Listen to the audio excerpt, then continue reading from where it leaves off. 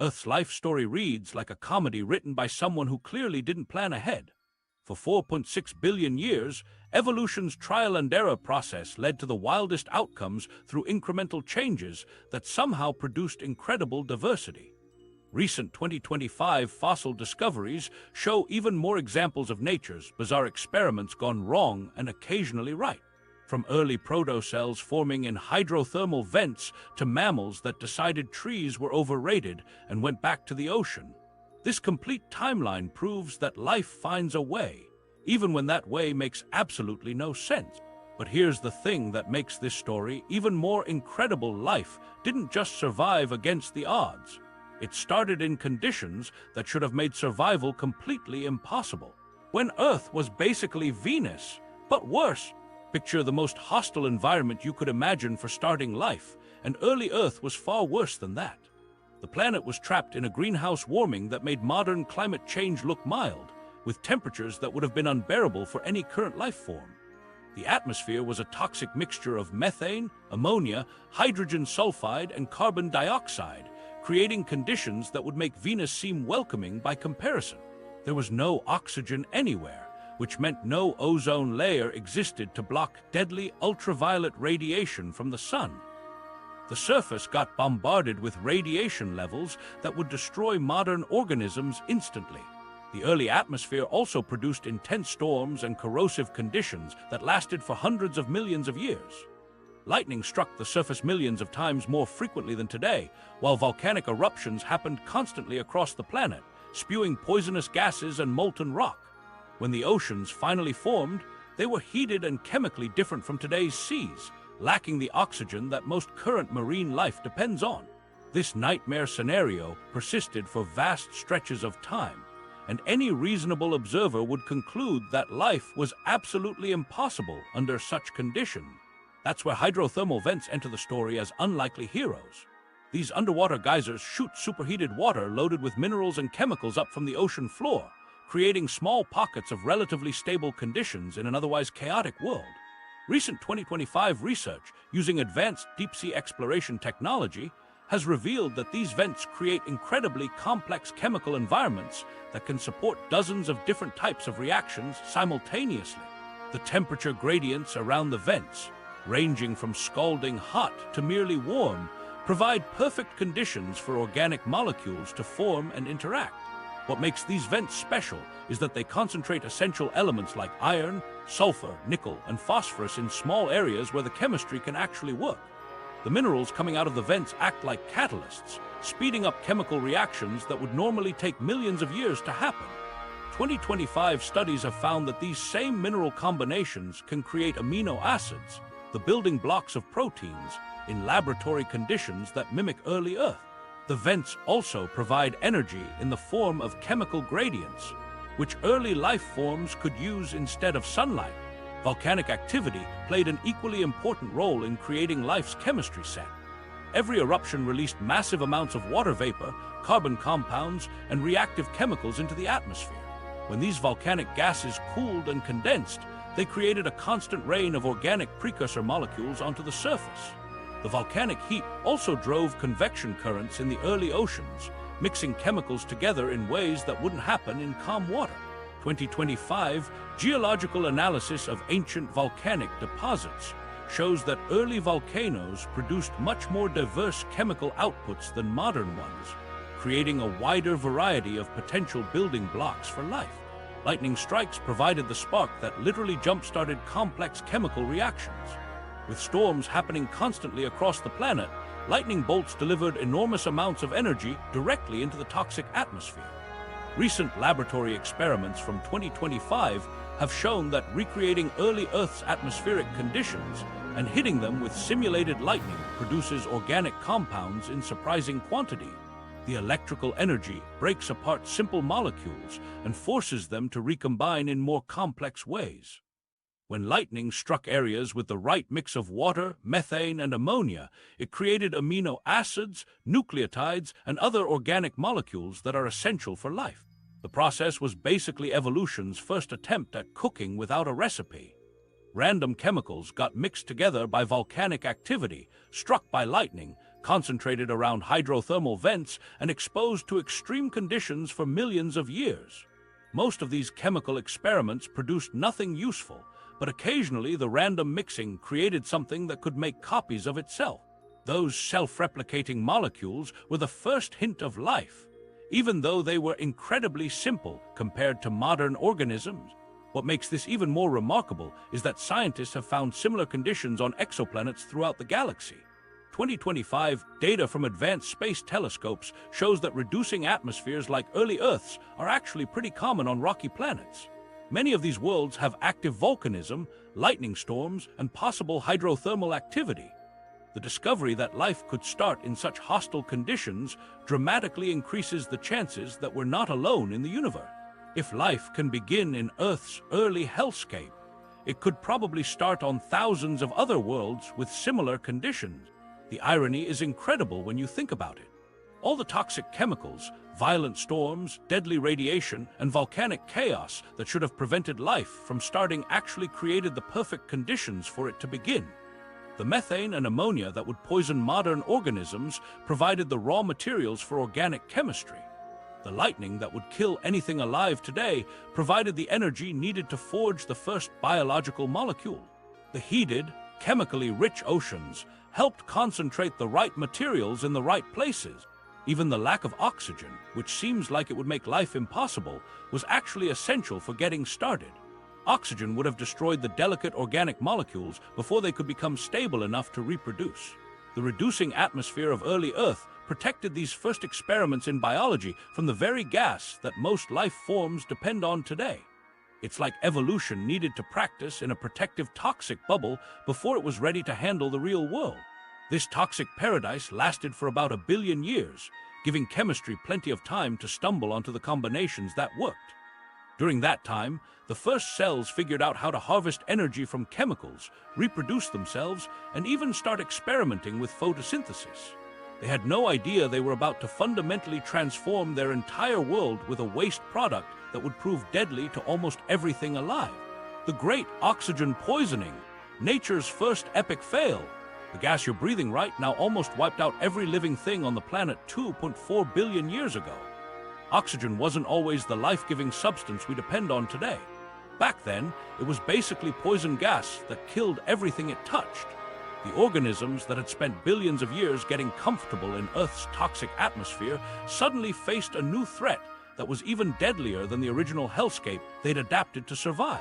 The culprits behind this environmental disaster were cyanobacteria, tiny blue-green microorganisms that accidentally became the planet's first eco-terrorists. These bacteria had figured out photosynthesis, which seemed like a brilliant evolutionary innovation at the time. They could harvest energy directly from sunlight instead of relying on chemicals from hydrothermal vents or volcanic activity. It was like discovering renewable energy billions of years before anyone knew what renewable energy was. The problem was that photosynthesis produces oxygen as a waste product, and these bacteria had absolutely no idea how toxic their garbage was going to be. For millions of years, cyanobacteria spread across the oceans like a green carpet, happily photosynthesizing and pumping out oxygen without any concern for the consequences. They formed massive colonies called stromatolites, which are basically bacterial apartment buildings made of layered mats. These structures still exist today in places like Australia, and they're some of the oldest evidence of life on Earth. The cyanobacteria were incredibly successful at their new lifestyle, multiplying rapidly and covering enormous areas of the ocean floor and shallow waters. The oxygen they produced started accumulating in the atmosphere around 2.4 billion years ago, marking the beginning of what scientists call the Great Oxidation Event. This wasn't a gradual change that gave other organisms time to adapt. Oxygen levels spiked dramatically over a relatively short geological timeframe, creating a global environmental crisis that made modern climate change look like a minor weather disturbance. The atmosphere went from containing virtually no oxygen to having significant concentrations in just a few 100 million years, which is practically instantaneous in geological terms. The mass extinction that followed was absolutely devastating. Many anaerobic species that had dominated Earth for billions of years declined sharply as they suddenly found themselves living in an atmosphere full of a highly reactive gas that destroyed their cellular machinery. Oxygen grabbed electrons from other molecules, causing chemical reactions that tore apart the proteins and genetic material that anaerobic life depended on. While the exact scale of species loss remains difficult to quantify from this ancient period, the impact was severe enough to fundamentally reshape life on Earth. The oceans turned into graveyards as oxygen dissolved into the water and poisoned marine ecosystems.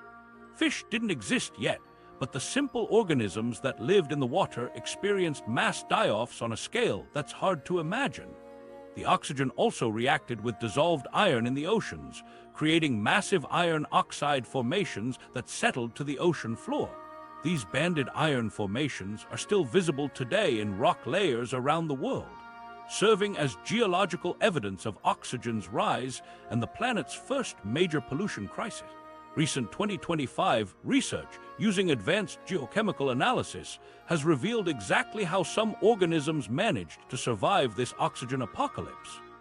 Scientists studied ancient rock formations and found evidence of anaerobic communities that persisted in oxygen-free pockets deep underground, in ocean sediments, and in other isolated environments where oxygen couldn't penetrate. These survivors basically went into hiding, retreating to the few remaining places on Earth where they could continue their oxygen-free lifestyle. The organisms that couldn't hide had to completely reinvent their biology or face extinction. Some developed primitive antioxidant systems that could neutralize oxygen before it destroyed their cells. Others evolved cellular repair mechanisms that could fix the damage oxygen caused faster than it accumulated. A few lucky lineages stumbled onto ways to actually use oxygen for energy production, turning the deadly poison into rocket fuel for their metabolism. These early aerobic organisms could generate much more energy than their anaerobic ancestors, giving them a huge advantage once they figured out how to handle the toxic side effects. Evolution's solution to the oxygen crisis perfectly demonstrates how life tends to create bigger problems while trying to solve smaller ones. The Cyanobacteria evolved photosynthesis to harvest abundant solar energy, which was a reasonable response to competition for limited chemical energy sources. But their success at photosynthesis created an oxygen pollution problem that nearly ended all life on Earth. Then the organisms that survived the oxygen crisis had to evolve increasingly complex cellular machinery to deal with oxygen's toxicity, leading to the energy-intensive biology that characterizes modern life. The oxygen catastrophe had one completely accidental benefit that turned out to be crucial for life's future development. As oxygen accumulated in the upper atmosphere, it reacted with ultraviolet radiation from the sun to form ozone molecules. The ozone layer created a protective shield that blocked most of the harmful UV radiation that had been sterilizing Earth's surface for billions of years. This meant that life could finally move into shallow waters and eventually onto land without getting fried by solar radiation. New data from 2025 studies using thallium isotope analysis shows that oxygen levels didn't stabilize quickly after the initial spike. The atmosphere went through several cycles of rising and falling oxygen concentrations over hundreds of millions of years. Sometimes oxygen levels dropped so low that anaerobic organisms could make a comeback. Other times, oxygen spiked high enough to cause additional smaller extinction events. The planet's chemistry was basically having a temper tantrum as different biological and geological processes fought for control of atmospheric composition. The stabilization process took nearly 1 billion years to complete. During this time, life had to constantly adapt to changing oxygen levels, leading to evolutionary arms races between oxygen-producing organisms and oxygen-consuming ones. Volcanoes kept pumping out greenhouse gases that reacted with oxygen, temporarily reducing atmospheric concentration. Meanwhile, the growing populations of aerobic organisms consumed oxygen for energy, creating additional fluctuations in atmospheric chemistry. The ultimate irony of the Great Oxidation Event is almost too perfect to believe. The biggest mass extinction in Earth's history was caused by pollution from organisms that were basically the planet's first environmental activists. Cyanobacteria were using clean, renewable solar energy instead of exploiting finite chemical resources. They were living sustainably and producing their own food without depleting their environment. But their environmental consciousness accidentally created a toxic waste problem that killed almost everything else alive. This oxygen disaster established a pattern that life on Earth has followed ever since. Every major evolutionary innovation creates new environmental pressures that force other organisms to adapt or die. The cyanobacteria's photosynthetic breakthrough paved the way for aerobic life, which eventually led to complex cells and multicellular organisms. The poison that nearly ended life became the foundation for everything that followed, setting the stage for biology's next great accident that would involve one organism trying to eat another, and somehow creating something entirely new instead. When cells decided teamwork wasn't so bad after all. Every cell in your body right now contains the descendants of ancient bacteria that got trapped inside other cells billions of years ago. Your mitochondria, the tiny power plants that keep your cells running, are actually the evolutionary offspring of bacteria that were once free-living organisms with their own agenda. Mitochondria retain bacterial genes, a key piece of evidence for their origin, and that DNA tells a story about one of the most accidental and important events in the history of life on Earth. For about 2 billion years after life began, evolution seemed to be stuck in neutral. Single-celled organisms floated around in the oceans doing basically the same thing generation after generation. They reproduced, they consumed resources, they died, and their offspring did exactly the same thing. There was no innovation, no complexity, no dramatic changes in body plans or lifestyle. Life was boring in a way that's hard to imagine. These simple cells had figured out how to survive, but they hadn't figured out how to become anything more interesting than microscopic blobs that occasionally divided in half. The mystery of why life stayed so simple for such an incredibly long time puzzled scientists for decades. Single-celled organisms had all the basic biological machinery they needed to survive. They could harvest energy, reproduce, and adapt to changing conditions. But something was preventing them from becoming more complex, and nobody could figure out what that something was. The transition from simple cells to complex cells represents one of the biggest puzzles in evolutionary biology, because it happened so suddenly after billions of years of apparent stagnation. The breakthrough came through what can only be described as cellular cannibalism gone horribly wrong or possibly horribly right, depending on your perspective. About 1.5 billion years ago, a large anaerobic cell decided to have a smaller aerobic bacterium for lunch. This wasn't unusual behavior. Cells had been eating other cells since the beginning of life.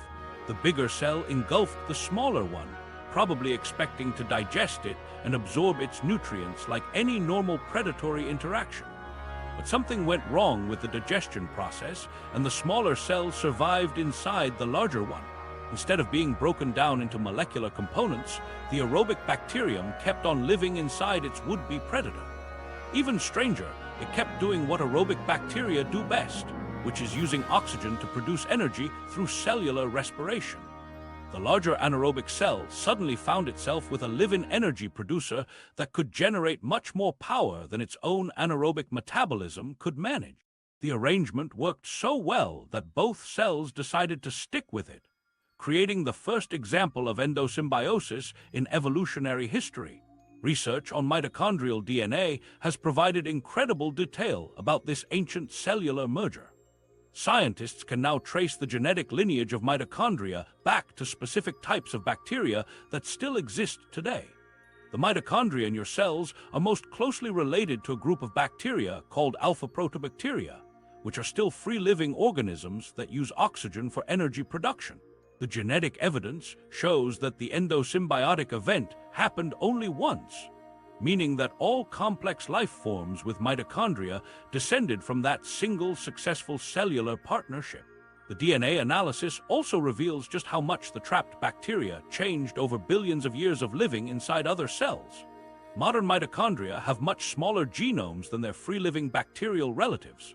They've lost most of the genes they needed for independent survival and kept only the ones essential for energy production.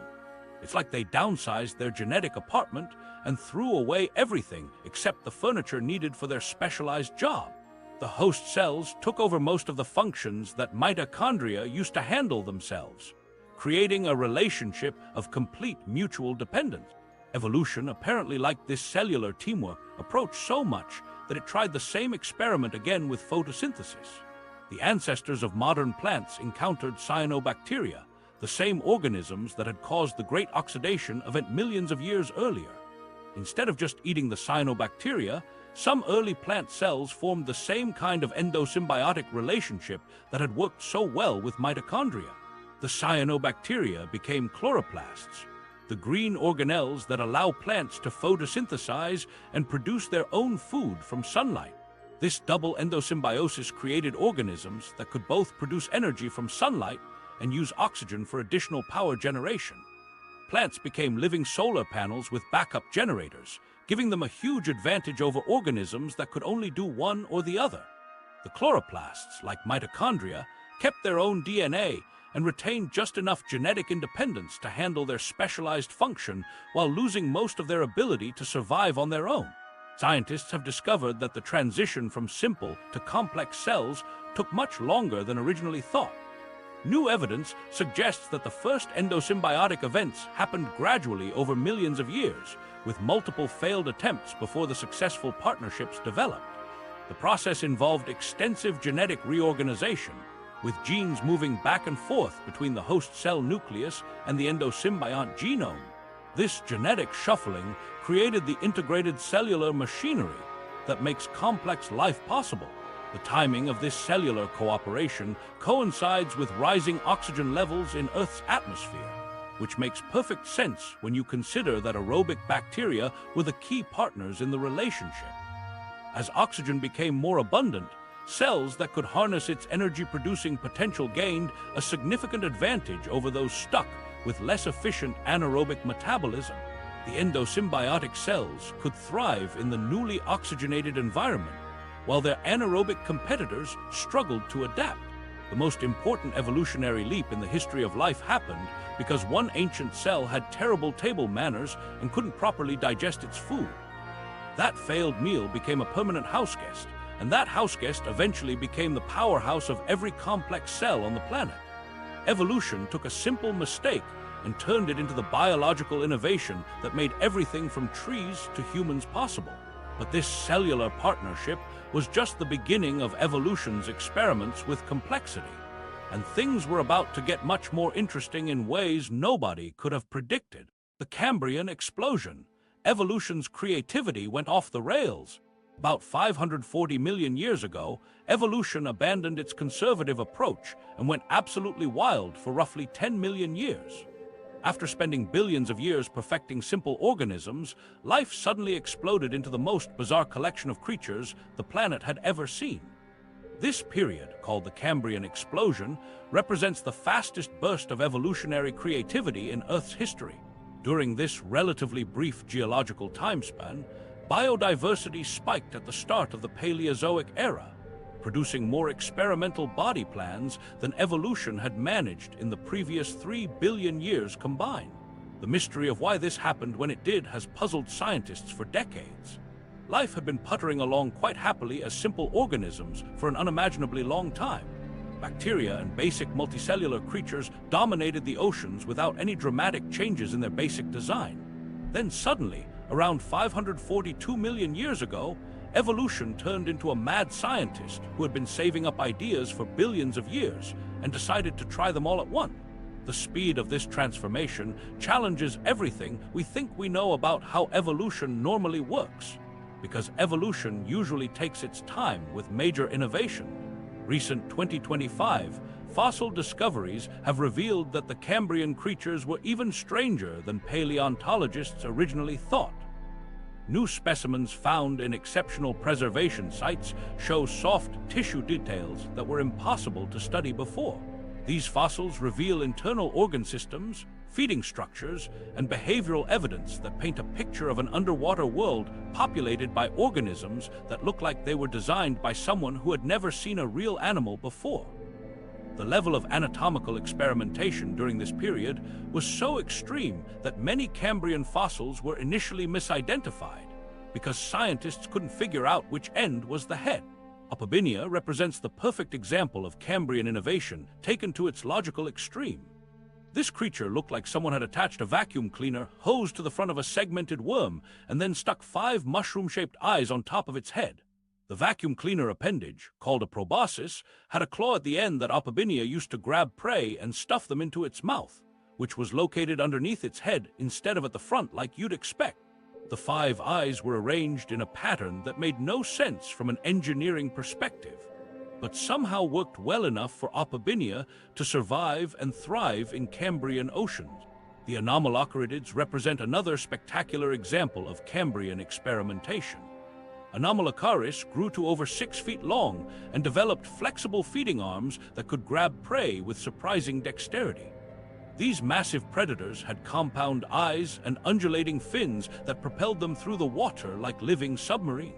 Their feeding arms could bend and twist in ways that allowed them to manipulate prey items with remarkable precision, making them the apex predators of their time. The emergence of predation during this period created an evolutionary arms race that drove much of the innovation we see in Cambrian fossils. For billions of years, life had been relatively peaceful, with organisms mostly just floating around absorbing nutrients from their environment or photosynthesizing. But suddenly, some creatures figured out that eating other creatures was much more efficient than making their own food. This created immediate pressure for everyone else to develop defenses or become someone's lunch. The result was an explosion of armor, spines, shells, and hiding strategies that gave Cambrian animals their characteristic heavily fortified appearance. Trilobites became masters of Cambrian armor technology, developing incredibly sophisticated compound eyes and segmented exoskeletons that could roll up into protective balls. Some trilobites had eyes with thousands of individual lenses that could detect movement and changes in light intensity with remarkable precision. Other creatures developed different strategies, like Wiwaxia, which covered itself in defensive spines and scales that made it look like a living pincushion. Hallucigenia went even further, sprouting spines from both its back and belly, though scientists spent decades arguing about which side was actually up. The increase in atmospheric oxygen levels just before the Cambrian period provided the energy budget necessary for larger, more active animals to evolve. Higher oxygen concentrations meant that creatures could grow bigger and move faster without suffocating their own tissues. This oxygen boost enabled the development of predatory lifestyles that required sustained bursts of energy for hunting and escaping. Tectonic changes during this period also altered ocean chemistry and created new ecological niches that different organisms could exploit. New data from 2025 studies shows that oxygen levels during the late Precambrian and early Cambrian fluctuated significantly, creating windows of opportunity for different types of organisms. When oxygen levels spiked, large active predators dominated marine ecosystems. When oxygen levels dropped, smaller, more efficient creatures had advantages. These fluctuations may have accelerated evolutionary innovation by constantly changing the rules of survival and forcing organisms to adapt rapidly or face extinction. Most of these experimental designs failed spectacularly and left no descendants in the modern world. The Cambrian fossil record is littered with evolutionary dead ends that tried innovative approaches to survival but couldn't compete with more conventional body plans over the long term. Creatures with too many eyes discovered that processing all that visual information was metabolically expensive. Animals with elaborate defensive spines found that their armor made them slow and clumsy. Organisms with overly complex feeding mechanisms couldn't adapt quickly enough when environmental conditions changed. The Cambrian Explosion essentially functioned as evolution's testing ground, where billions of years' worth of accumulated genetic possibilities were finally put on display all at once. Most major animal phyla that exist today can trace their origins back to this period of intense experimentation. The successful innovations from this period became the foundation for all complex life that followed. But the transition from water to land would prove to be evolution's next great challenge.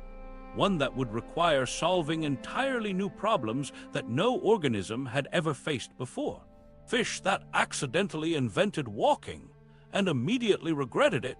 Picture a fish flopping around on dry land, gasping for air and probably wondering what terrible life choices led to this moment. That's basically how the transition from water to land began about 370 million years ago during the Devonian period. Some fish found themselves in increasingly shallow waters that kept drying up, and instead of just accepting their fate like reasonable creatures, they decided to develop legs and give this whole land thing a try. It was arguably one of evolution's most ambitious and poorly planned ventures, like deciding to climb Mount Everest without checking the weather forecast first. The environmental pressures that forced this transition were pretty brutal. During the late Devonian, massive climate changes caused sea levels to drop dramatically, and many shallow marine environments turned into seasonal swamps or dried up completely. Fish that had been perfectly happy swimming around suddenly found themselves stranded in shrinking pools of water that disappeared for months at a time. The smart move would have been to evolve better ways to survive in deeper water, but evolution rarely takes the smart approach. Instead, some fish lineages started developing primitive lungs and strengthened fins that could support their weight on land for short periods. These early pioneers faced challenges that would make modern survival experts quit on the spot. Gills work great underwater where they can extract dissolved oxygen, but they're completely useless in air where they just collapse and dry out. The fish had to evolve primitive lung systems while keeping their gills functional for when they returned to water. Their fins were designed for swimming, not supporting body weight against gravity, so moving on land required completely different muscle arrangements and bone structures. The streamlined body shape that made them efficient swimmers became a liability on land where they had to drag themselves around like living torpedoes. Recent 2025 fossil discoveries have revealed just how these transitional species bridge the gap between fish and tetrapods. Paleontologists found specimens of creatures like Acanthostega that possessed 7 digits per limb, showing that early tetrapods were still experimenting with basic limb design. Other fossils show fish with leg-like fins that still had internal gills and fish-like tails, creating organisms that looked like evolutionary rough draft. These creatures had skeletal structures that were half fish and half something else, with bones that weren't quite right for either swimming or walking efficiently. Tiktaalik and other early tetrapodomorphs show combined fin and limb structures that demonstrate the gradual nature of this transition. The breathing problem alone should have ended this whole land experiment before it started. Fish extract oxygen from water using gills, which have an enormous surface area packed into a small space. Air breathing requires completely different equipment, mainly lungs that can handle gas exchange in a much less dense medium. The transitional species had to develop dual respiratory systems that could function both underwater and in air. Some evolved primitive air sacs connected to their gills, while others developed basic lung structures alongside their existing gill systems. The energy cost of maintaining 2 separate breathing systems was enormous, making these creatures incredibly inefficient at both swimming and land locomotion. Movement on land presented equally ridiculous challenges for creatures designed to swim. Water provides buoyancy that supports body weight and reduces the energy needed for locomotion.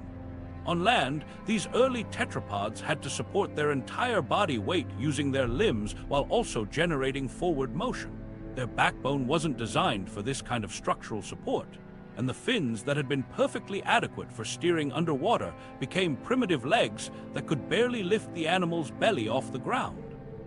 Fossilized limb structures show the fish-to-tetrapod transition through morphological studies that reveal how these appendages gradually became more suitable for terrestrial locomotion.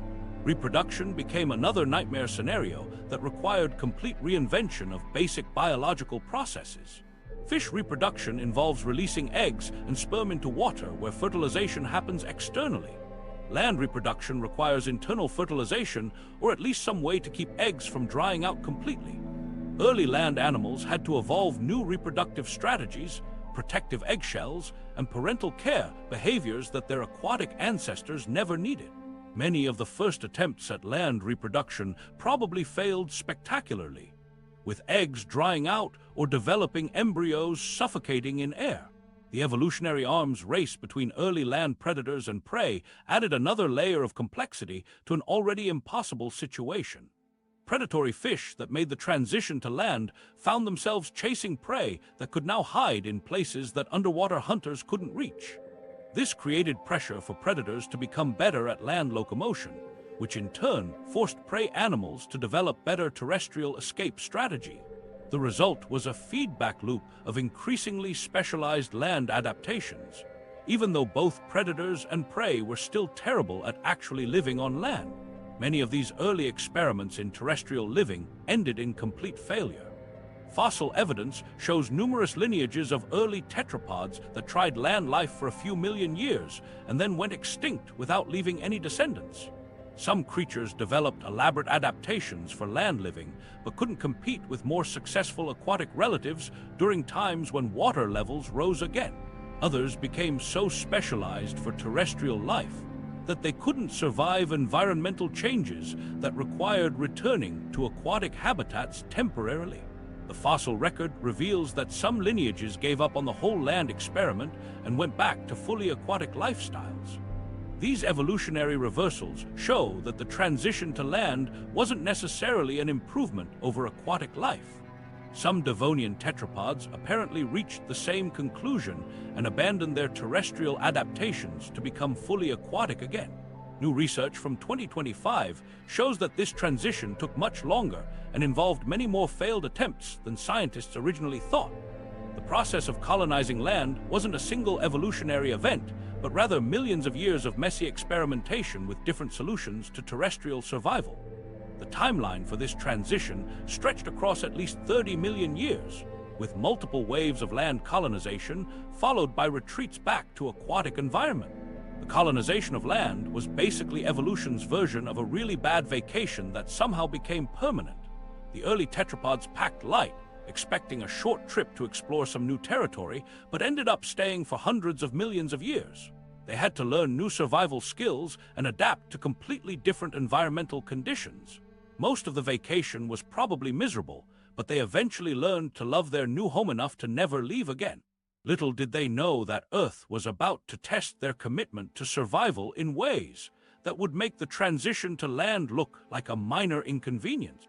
The Great Dying, when Earth almost rage-quit life, the planet was about to unleash its most devastating performance yet. Imagine if Earth decided to use every method of planetary destruction available all at the same time, like a cosmic suicide attempt that almost succeeded. That's exactly what happened 252 million years ago during the Permian-Triassic Extinction Event, which scientists call the Great Dying for very good reasons. This wasn't just another mass extinction where some unfortunate species got wiped out. This was Earth trying its absolute hardest to become as barren and lifeless as Mars, and it came terrifyingly close to succeeding. The Great Dying represents the closest life has ever come to complete annihilation on a planetary scale. While other mass extinctions throughout Earth's history killed off significant numbers of species, the Permian extinction was in a completely different league of devastation. Around 96% of marine species and 70% of terrestrial species disappeared during this event, making it the most comprehensive biological disaster in Earth's history. When scientists study mass extinctions, they use the Great Dying as the ultimate benchmark for how bad things can possibly get. What made this extinction so uniquely devastating was that multiple catastrophes happened simultaneously, creating a perfect storm of planetary destruction. Earth didn't just face one major threat that life could potentially adapt to or survive. Instead, the planet experienced a cascade of interconnected disasters that reinforced each other and made survival nearly impossible for most living things. The timing was so precisely catastrophic that it seemed like the universe was deliberately trying to end the experiment of life on Earth. The primary culprit behind this apocalypse was the Siberian Traps, a volcanic region that began erupting around 252 million years ago and continued spewing out lava, ash, and toxic gases for thousands of years. These weren't ordinary volcanic eruptions that lasted for days or weeks. The Siberian Traps represented one of the largest flood basalt events in Earth's geological history. covering an area roughly the size of modern-day Europe with layers of basaltic lava that in some places reached thicknesses of several kilometers. The sheer volume of material ejected from these eruptions was almost impossible to comprehend. The volcanic activity pumped enormous quantities of carbon dioxide and sulfur compounds directly into the atmosphere at rates that far exceeded anything in the modern world. The carbon dioxide alone was enough to trigger extreme global warming that raised average temperatures dramatically above normal levels. The volcanic emissions also included massive amounts of sulfur dioxide that combined with water vapor to create acid rain so corrosive it could dissolve shells and damage plant tissues on contact. This combination of greenhouse gases and acid-forming compounds created a multi-pronged assault on Earth's biosphere. The carbon dioxide released by the Siberian traps didn't just cause atmospheric warming, it also dissolved into the oceans, creating carbonic acid that dramatically lowered ocean pH levels and triggered widespread ocean acidification. Marine organisms that depended on calcium carbonate shells found themselves literally dissolving in seawater that had become too acidic for their basic biological structures to remain intact. Recent research published in Nature Communications has revealed how this process unfolded and its long-term consequences for Earth's climate system. The combination of extreme heat, acid rain, and ocean acidification created conditions that were lethal for most forms of life both on land and in the sea. Terrestrial ecosystems collapsed as plants died from heat stress and acid damage, eliminating the foundation of food webs that supported animal life. Marine ecosystems suffered even worse devastation as the acidified oceans killed off everything from microscopic plankton to large marine predator. The interconnected nature of these disasters meant that surviving one catastrophe didn't guarantee escape from the others. Earth's approach to this mass extinction was remarkably thorough, almost as if the planet had consulted a manual on how to eliminate life as efficiently as possible. The volcanic eruptions provided multiple killing mechanisms, including toxic gas poisoning, extreme temperature increases, and chemical warfare through acid precipitation. The resulting climate change eliminated habitable zones for most species, while ocean acidification attacked marine life directly through chemical dissolution. The collapse of plant communities removed the base of terrestrial food webs, ensuring that surviving the initial disasters didn't guarantee long-term survival. The few organisms that managed to survive this planetary assault had to possess very specific characteristics that allowed them to endure multiple simultaneous stresses. Survival strategies included burrowing behavior to escape surface heat and toxic atmospheric conditions, the ability to tolerate extreme acidity levels, and metabolic flexibility that allowed switching between different energy sources when normal food webs collapsed. Some surviving lineages were small-bodied organisms with rapid reproduction rates that could quickly adapt to changing conditions, while others were generalist species that could exploit whatever resources remained available. The recovery period following the Great Dying lasted approximately 5 million years, during which Earth remained in what scientists call super greenhouse conditions. The prolonged warming occurred because the collapse of tropical forests during the mass extinction significantly reduced the planet's capacity to store carbon through photosynthesis and natural carbon sequestration processes. The loss of vegetation during the event led to greatly reduced levels of carbon sequestration, resulting in sustained high levels of carbon dioxide in the atmosphere long after the volcanic activity ended. The post-apocalyptic world that emerged after the Great Dying looked fundamentally different from anything that had existed before. Ecosystems were simplified to an extreme degree, with only the most resilient and adaptable organisms forming the foundation for new biological communities. The recovery process involved millions of years of gradual ecosystem reconstruction as surviving species diversified to fill empty ecological niches. But this near-total destruction of life created an unexpected opportunity. With most of Earth's dominant species eliminated, the few survivors found themselves in a world with countless empty ecological roles waiting to be filled. Among these survivors were some relatively unremarkable reptiles that had been living in the shadows of more successful competitors, completely unaware that they were about to inherit the Earth. Dinosaurs, evolution's most successful accident. These survivors would soon face their greatest test yet, as dinosaurs emerged from the post-extinction landscape to become the most successful accident in evolutionary history. The creatures didn't dominate the planet because they were superior designs or perfectly adapted predators. They succeeded because a massive extinction event at the end of the Triassic period wiped out most of their competition and left them with an empty world to colonize. Before this stroke of geological fortune, dinosaurs were basically evolutionary also-rans, small reptiles that lived in the shadows of much more impressive creatures. During the late Triassic period, around 230 million years ago, dinosaurs shared their world with a diverse group of reptiles called archosaurs, which included the ancestors of modern crocodiles. These crocodile relatives were the real stars of the show back then, with some species growing to enormous sizes and occupying the ecological niches that dinosaurs would later claim. There were also other reptilian groups like etosaurs, heavily armored plant eaters that looked like walking tanks, and phytosaurs, crocodile-like predators that dominated rivers and wetlands. Compared to these impressive creatures, early dinosaurs were unremarkable animals that mostly stayed small and kept to themselves. The early dinosaurs that survived into the Jurassic period were modest creatures, many no larger than chickens or small dogs.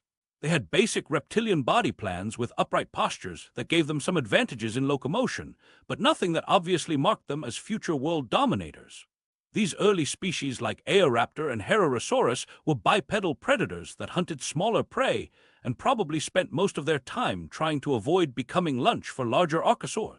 Their success during this period was measured not by dominance but by persistence, managing to survive in environments controlled by other reptilian groups.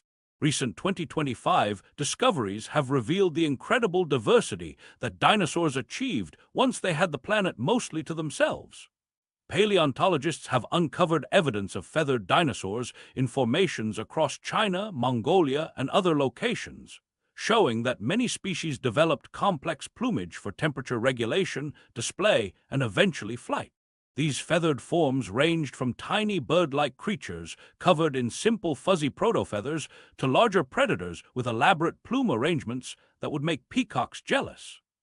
The variety of feather types and arrangements suggests that dinosaurs were experimenting with these structures for millions of years before some lineages accidentally stumbled onto powered flight. The size range that dinosaurs eventually achieved was absolutely staggering, representing one of the most extreme examples of evolutionary diversification in animal history. Some dinosaur lineages pursued gigantism with remarkable success, producing sauropods like Argentinosaurus that reached lengths of over 100 feet and weights exceeding 70 tons.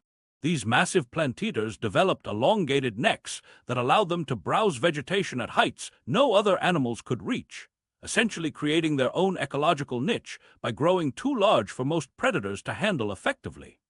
At the opposite extreme, other dinosaur groups remained small throughout their evolutionary history, with some species maintaining chicken-sized proportions while developing increasingly sophisticated behaviors and social structure.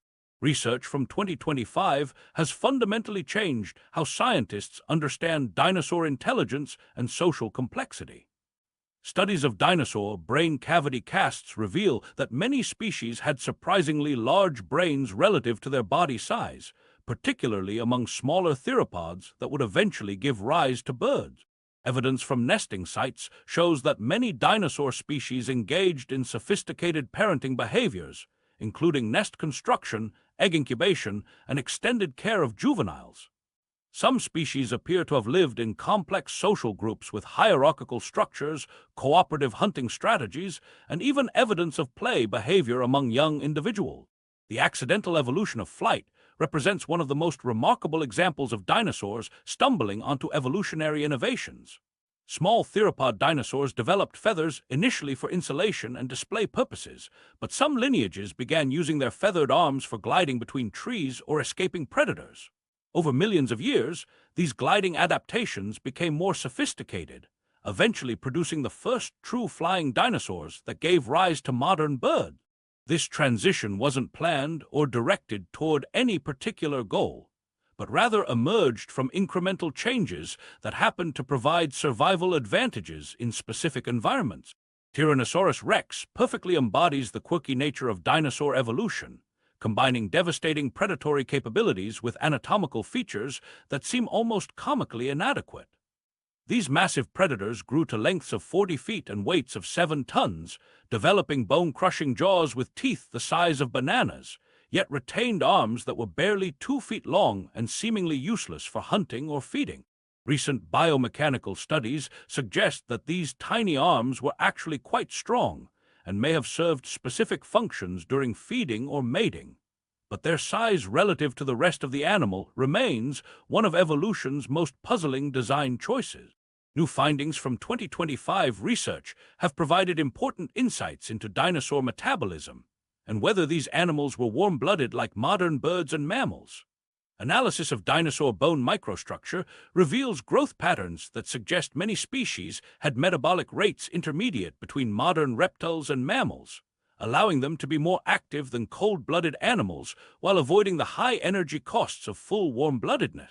This metabolic flexibility may have been crucial to their success, allowing them to exploit a wider range of environmental conditions than purely cold-blooded or warm-blooded animals could manage. Scientists have also made remarkable discoveries about dinosaur sensory capabilities and daily behaviors through new analytical techniques. Studies of preserved soft tissues and bone structure indicate that many dinosaurs had excellent color vision, acute hearing, and sophisticated vocal communication abilities. Some species appear to have produced low-frequency calls that could travel long distances, while others may have used visual displays involving colorful feathers or skin patterns for species recognition and mating displays. Evidence from fossil trackways shows that many dinosaurs lived in herds, migrated seasonally, and engaged in complex social interactions that rival those of modern large mammals. The remarkable 165-million-year reign of dinosaurs wasn't achieved through perfect evolutionary design or superior competitive abilities. Instead, dinosaurs succeeded because they possessed a crucial survival trait that many other groups lacked: exceptional resilience in the face of environmental change. Throughout their long dominance, dinosaurs survived multiple smaller extinction events, climate fluctuations, and ecological disruptions that eliminated other animal groups. Their ability to diversify into new ecological niches, adapt to changing conditions, and maintain viable populations through difficult periods proved more valuable than any specific anatomical advantage. But even the most successful evolutionary experiment in Earth's history couldn't prepare for what was coming. After ruling the planet for over 160 million years, dinosaurs were about to discover that sometimes survival has nothing to do with adaptation, intelligence, or evolutionary fitness. Sometimes it just comes down to being in the wrong place when the universe decides to throw a curveball. The asteroid that ended the party and started ours, that curveball arrived 66 million years ago in the form of a 6-mile-wide asteroid traveling at 45,000 miles per hour. The Chicxulub impact represents the ultimate cosmic lottery ticket for mammalian evolution, except the prize was inheriting a devastated world where most of the previous tenants had been evicted by planetary catastrophe. The asteroid slammed into what is now the Yucatan Peninsula in Mexico, creating a crater over 90 miles across and releasing energy equivalent to billions of nuclear weapons detonating simultaneously. This wasn't just a big explosion that killed some unlucky dinosaurs in the immediate area. The Chicxulub impact triggered a cascade of global disasters that transformed Earth's entire biosphere in a matter of hours and days, rather than the millions of years that geological changes usually require. The sequence of catastrophes that followed reads like a manual for planetary destruction. The initial explosion vaporized the asteroid and enormous quantities of rock from the impact site, launching billions of tons of debris into the atmosphere at velocities that carried the material around the entire planet. This debris rained back down as superheated glass spherules that ignited global wildfires across multiple continents simultaneously. The atmospheric heating from all this falling debris was so intense that it literally cooked any animals caught in the open. Recent 2025 research has provided incredibly detailed reconstructions of what happened in the hours immediately following the impact. Scientists analyzed rock cores from the Chicxulub crater itself and found evidence that the impact triggered massive tsunamis that swept across the Gulf of Mexico and into the interior of North America within hours of the collision.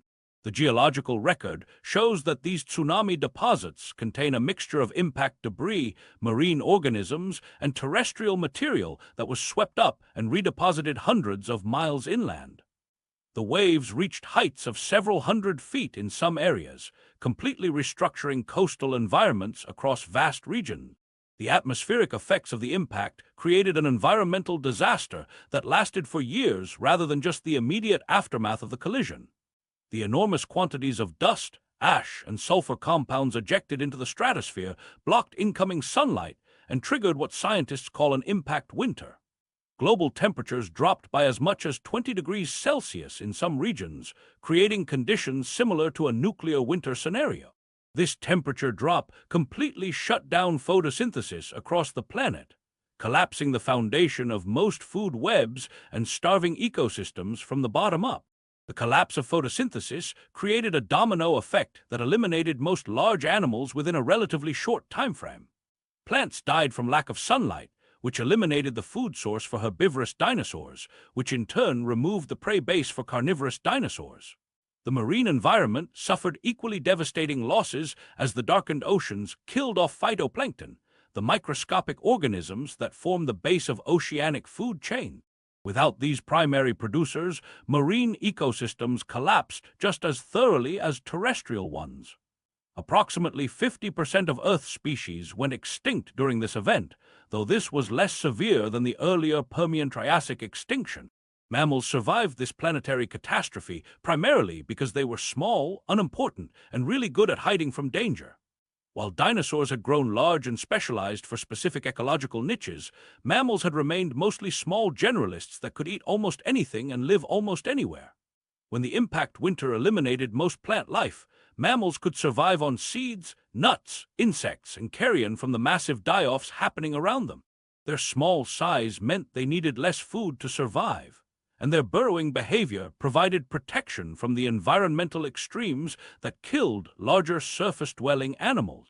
The irony of mammalian survival during the Chicxulub extinction is almost too perfect to be real. For over 100 million years, mammals had lived as second-class citizens in a world dominated by dinosaurs. They were mostly nocturnal creatures that stayed small to avoid attracting attention from the massive predators that controlled daytime ecosystems. This evolutionary strategy of staying inconspicuous and adaptable, which had kept mammals in minor ecological roles for so long, turned out to be exactly what was needed to survive a global catastrophe that eliminated their more successful competitors. The asteroid event created ecological opportunities that mammals then exploited with remarkable speed. The post-impact world was a devastated landscape with collapsed ecosystems, altered climate patterns, and drastically reduced biodiversity. The mammals that survived had to rebuild entire ecological communities from scratch, filling niches that had been occupied by dinosaurs for millions of years. This process of ecological reconstruction took millions of years and involved extensive evolutionary experimentation as mammalian lineages adapted to lifestyles their ancestors had never attempted. Recent discoveries have revealed which specific survival traits allowed certain mammalian groups to make it through the extinction while others didn't. Species that survived tended to be omnivorous rather than specialized feeders, allowing them to exploit whatever food sources remained available in the post-impact environment. Successful survivors also had relatively fast reproductive rates that allowed populations to recover quickly from the massive losses suffered during the extinction event. Burrowing behavior was another crucial advantage, providing protection from temperature extremes and environmental toxins that persisted for years after the initial impact. New data from 2025 studies shows that mammalian diversification after the Chicxulub extinction happened remarkably quickly by evolutionary standards. Within just a few million years of the impact, mammals had begun exploring ecological niches that had been occupied by dinosaurs for over 150 million years. Some lineages became large herbivores that filled the roles previously played by sauropods and other plant-eating dinosaurs. Others evolved into predators that hunted the new herbivorous mammals, recreating the predator-prey dynamics that had characterized dinosaur ecosystems. The most successful group in Earth's history was ended by a rock from space, proving that even 165 million years of evolutionary refinement can't prepare you for truly random cosmic events. Dinosaurs had survived multiple smaller extinction events, climate changes, and competitive pressures, but they couldn't adapt to the sudden environmental collapse caused by an asteroid impact. Their extinction opened evolutionary opportunities that had been closed for over 100 million years, setting the stage for an explosion of mammalian diversity that would transform these tiny survivors into something far more ambitious. Mammals, from tiny survivors to planetary dominators. The transformation of mammals from mouse-sized survivors hiding in burrows to blue whales weighing 200 tons represents one of the most dramatic size changes in evolutionary history. After the asteroid cleared out the dinosaurs, mammals went from being bit players in Earth's ecosystems to the rulers of the show in just a few million years. The speed of this takeover was remarkable considering that mammals had spent over 100 million years staying small and inconspicuous, while dinosaurs dominated the planet. Once the coast was clear, mammals started experimenting with body sizes and lifestyles that their ancestors could never have attempted while giant predators roamed the Earth. The diversification that followed the dinosaur extinction was like watching evolution run wild in an empty playground. Mammals suddenly had access to ecological niches that had been occupied by dinosaurs for over 150 million years, and they wasted no time filling every available role. Some lineages became massive herbivores that browsed on tall vegetation like the sauropods had done. Others evolved into fast-running predators that chased down the new mammalian herbivores. A few groups decided that being big was overrated and stayed small, developing specialized lifestyles that let them exploit resources that larger mammals couldn't access. Recent discoveries from 2025 have revealed just how bizarre some of these early mammalian experiments really were. Paleontologists found fossils of titanothers, massive herbivores from the Eocene epoch with elaborate horn-like projections on their skulls that made them look like prehistoric rhinoceros crossed with fantasy creatures. These animals grew to enormous sizes during the early Cenozoic, but went extinct when climate changes made their specialized lifestyles unsustainable. Other discoveries include euantathers, bear-sized mammals from the Eocene with multiple pairs of bony knobs on their heads and saber-like canine teeth that they probably used for display rather than hunting. Some mammalian lineages took the remarkable step of abandoning land entirely and returning to the oceans their distant ancestors had left hundreds of millions of years earlier. Early whales like Ambulocetus still had 4 legs and could walk on land, but they spent most of their time in shallow water hunting fish and other aquatic prey. Over approximately 50 million years, these semi-aquatic mammals gradually lost their hind limbs, developed flippers, and evolved the streamlined body shape that makes modern whales such efficient swimmers. The transition from land mammals to fully aquatic whales represents one of the most dramatic evolutionary transformations in the fossil record. Flight represented another ambitious mammalian experiment that required completely reinventing basic anatomy. Bats evolved powered flight independently from birds, developing wing membranes stretched between elongated finger bones rather than the feathered wings that birds use. This anatomical approach to flight was completely different from anything that had existed before, proving that evolution could find multiple solutions to the same engineering challenge. Early bats appear in the fossil record already capable of sophisticated flight, suggesting that the transition from gliding to powered flight happened relatively quickly once the basic wing structure evolved. Research on early primate evolution has revealed how the development of intelligence became a successful survival strategy during the Cenozoic era. The first primates were small arboreal mammals that developed enhanced vision, grasping hands, and larger brains to navigate complex three-dimensional forest environments. These adaptations for life in the trees accidentally created the foundation for the cognitive abilities that would eventually lead to human intelligence. The evolution of forward-facing eyes for depth perception, opposable thumbs for manipulation, and enlarged brain regions for processing visual information set primates on a path toward increasingly sophisticated mental capabilities. Climate changes throughout the Cenozoic drove mammalian evolution and migration patterns in ways that constantly reshuffled the distribution of species across continents. The formation of the Isthmus of Panama connected North and South America, allowing mammals from both continents to migrate and compete with each other in what scientists call the Great American Interchange. South American mammals like ground sloths and glyptodonts moved north, while North American mammals like cats, dogs, and bears moved south. This mixing of previously isolated mammalian faunas created new competitive pressures that drove further evolutionary innovation. Evolution's tendency to repeat the same solutions in different lineages shows up repeatedly in mammalian history. The saber-toothed cat body plan evolved independently in multiple mammalian groups, including true cats, marsupial predators, and even some early synapsids. Each lineage developed elongated canine teeth for the same purpose of killing large prey, but they arrived at this solution through completely different evolutionary pathways.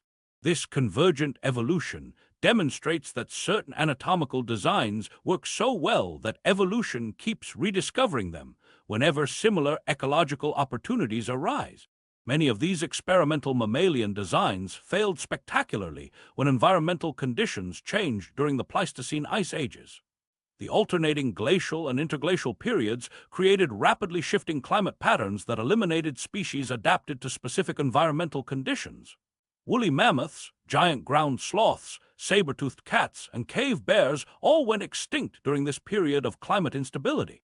The mammals that survived were generally smaller, more adaptable species that could adjust their diets and behavior patterns as environmental conditions changed.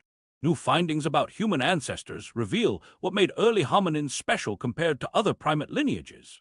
The development of bipedalism allowed early human ancestors to travel efficiently across open grasslands while keeping their hands free for tool use and carrying objects.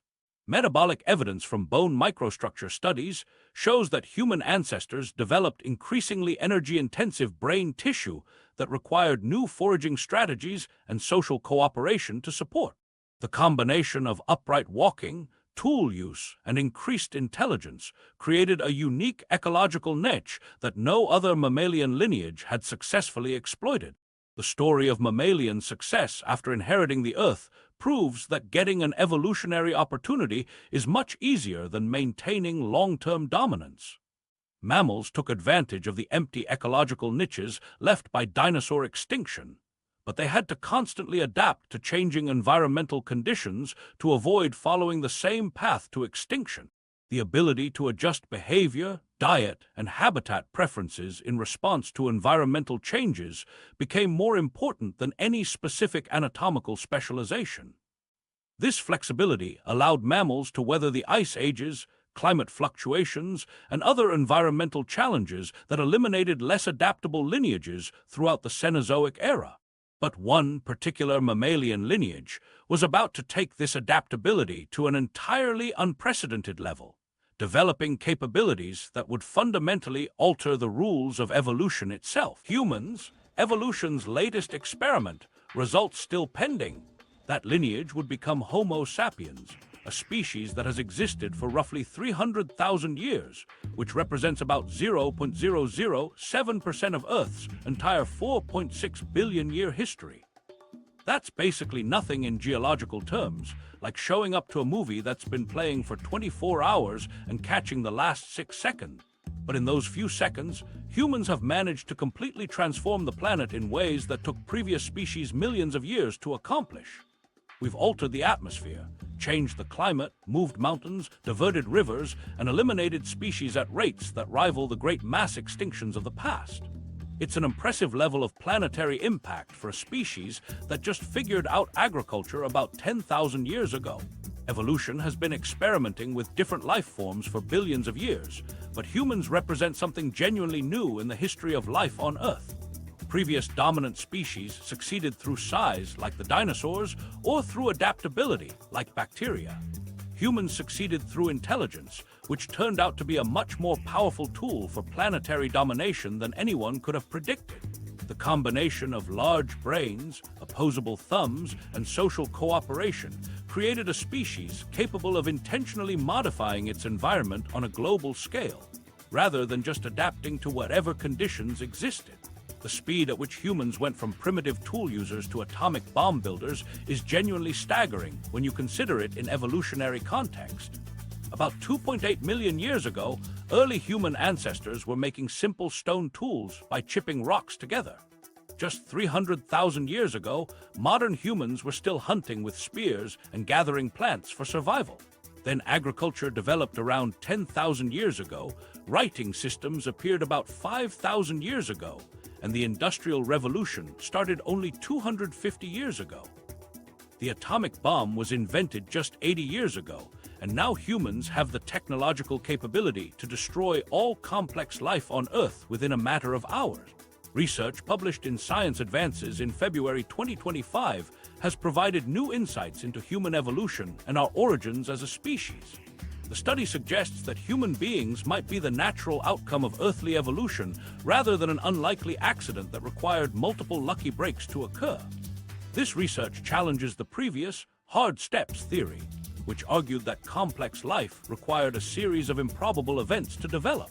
Instead, the new findings indicate that the evolution of intelligence may be less about random chance and more about the predictable interactions between life and environmental pressures over long time periods.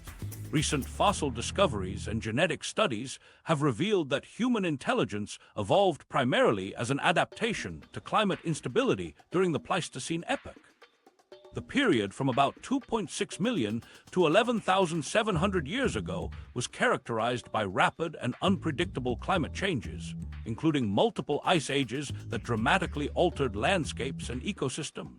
Early human ancestors had to survive in environments that shifted between forest and grassland, wet and dry, cold and warm over relatively short timeframes. The flexibility to adjust behavior, diet, and technology in response to these changes became a crucial survival advantage. The development of larger brains allowed early humans to solve complex problems, remember seasonal patterns, plan for future needs, and share information with other group members. These cognitive abilities proved incredibly valuable for surviving in unpredictable environments where the strategies that worked during one climate period might be completely useless during the next. The same mental flexibility that helped early humans survive ice ages eventually led to the development of language, art, religion, science, and technology that characterizes modern human civilization. Humans have now created a paradox that no previous species has ever faced. We are simultaneously driving the sixth mass extinction through our activities while also working desperately to prevent that same extinction from destroying the ecosystems we depend on. Current extinction rates are estimated to be between 1,000 and 10,000 times higher than natural background rates, primarily due to human activities like habitat destruction, pollution, climate change, and overexploitation of natural resources. At the same time, humans are the first species in Earth's history to understand extinction processes and actively work to prevent them through conservation efforts, protected areas, and species recovery programs.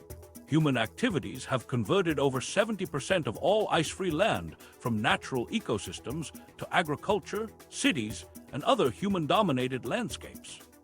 This habitat conversion has eliminated the living space needed by countless other species and fragmented remaining natural areas into isolated patches that cannot support viable populations of many animals and plants. Climate change caused by human greenhouse gas emissions is altering marine, terrestrial, and freshwater ecosystems around the world, creating conditions that many species cannot tolerate or adapt to quickly enough to survive. The impact of human activity on global systems has reached levels that rival the Great Extinction Events of the past. Carbon dioxide levels in the atmosphere are increasing faster than they have at any point in Earth's geological history, including during previous mass extinctions caused by volcanic activity. The rate of species loss over the last 500 years has accelerated dramatically as human populations and technology have expanded.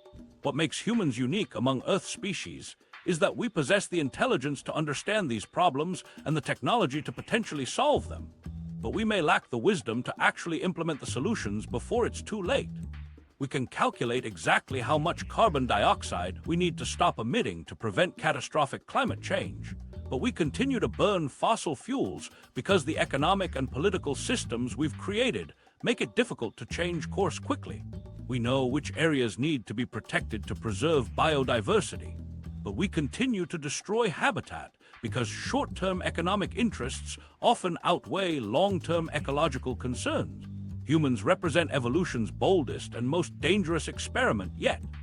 We are a species intelligent enough to understand extinction processes, predict environmental changes, and develop technologies that could potentially solve global problems.